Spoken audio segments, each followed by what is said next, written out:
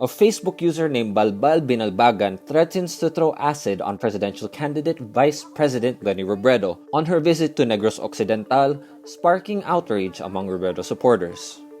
The Facebook user says he wants to avenge the offense against Bongbong Marcos during his February 23 visit in the province, when paper flyers were allegedly thrown at him during his Negros sortie. Robredo spokesman Barry Gutierrez says their security team is taking the threat seriously. The threat comes a day before thousands of pink-clad Negrenses trooped to the Paglaom Sports Complex in Bacolod City, in what is deemed one of the most awaited rallies of the Robredo-Pangilinan tandem. Robredo supporters from other cities and municipalities also faced a challenge after some buses they rented for the event allegedly cancelled on them at the last minute. The incident prompted an online bayanihan among Robredo supporters to call for carpooling or ride-sharing initiatives in the province to ferry supporters to Bacolod City. A PR consultant from Ceres Liner in Negros Occidental denies the company stopped regular trips on the day of the rally. The Yansons, the owners of the bus company, were photographed with a huge Bongbong Marcos poster when he visited Bacolod City on February 23. In the 2016 vice presidential race, Robredo won by a large margin in Negros Occidental against Marcos. In related news, educators and personnel at San Beda University, President Rodrigo Duterte's alma mater, expressed support for the Robredo-Pangilinan tandem. In a statement, the San Beda educators and staff say they are backing Robredo and Pangilinan for their records of good governance and exemplary service.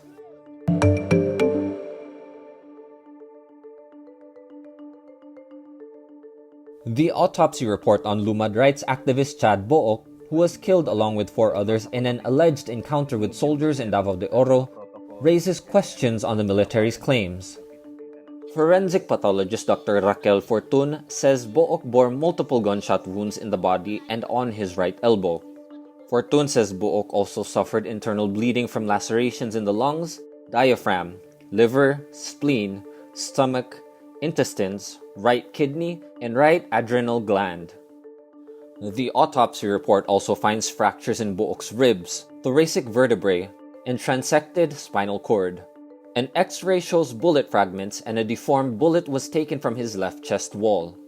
The military earlier said the group that included Book was killed when government troops and New People's Army rebels exchanged firepower in New Bataan town in late February. But Fortun says the multiplicity of the gunshot wounds was designed to kill. The Save Our Schools network in Cebu rejects the military's claim that Book and 5 others were killed in an encounter. It says the victims were neither NPA rebels nor armed, and that they were sent to the province to do research work. Need more context, clarity, and perspective? Get the full picture with Rappler Plus. With exclusive content and events, you'll get an opportunity to discuss issues with reporters, experts, and featured guests, while helping Rappler continue its fearless journalism. Join now. The Philippines' Food and Drug Administration, or FDA, grants emergency use authorization, or EUA, for Pfizer's COVID-19 antiviral pill Paxlovid. FDA Chief Oscar Gutierrez announces the authorization at a Laging Handa press briefing. Masaya ko pong binabalita sa iyo na naaprubahan na po namin ng Paxlovid kahapon.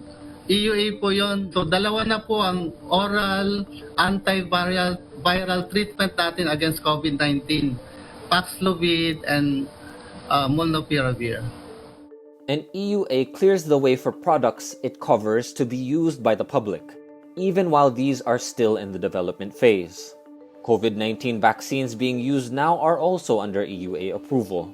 However, an EUA is not equivalent to an authorization to market the product. In January, the FDA approved the Department of Health's Compassionate Special Permit for the generic version of Pfizer's Paxlovid. COVID-19 cases in the Philippines continue to decline, with infections staying below 1,000 for more than a week.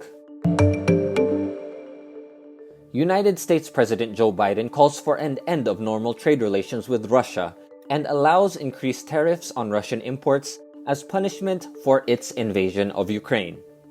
Washington's moves to pressure Moscow come as US and European officials accuse Russia of war crimes over its bombardment of civilians in Ukrainian cities.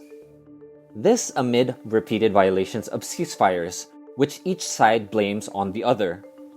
A senior administration official says removing Russia's status of permanent normal trade relations with the US will require an act of Congress, but lawmakers in both houses of Congress have expressed support. The US Senate on Thursday also voted to approve legislation providing $13.6 billion to help Ukraine in its fight against Russia. The move escalates the push by the United States and its allies to pressure Russian President Vladimir Putin to end the conflict in Europe. Sharon Cuneta calls out senatorial candidate Sal Panelo for singing her song at a campaign event in Quezon City.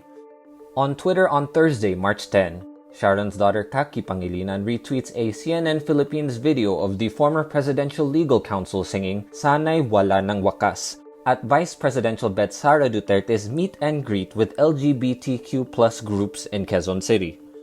Sharon replies to Kaki's retweet expressing her bewilderment.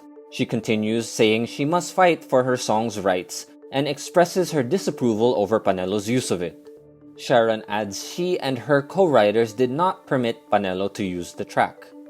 Sharon is the wife of vice presidential candidate Senator Kiko Pangilinan and has been campaigning for him and his running mate, Vice President Leni Robredo.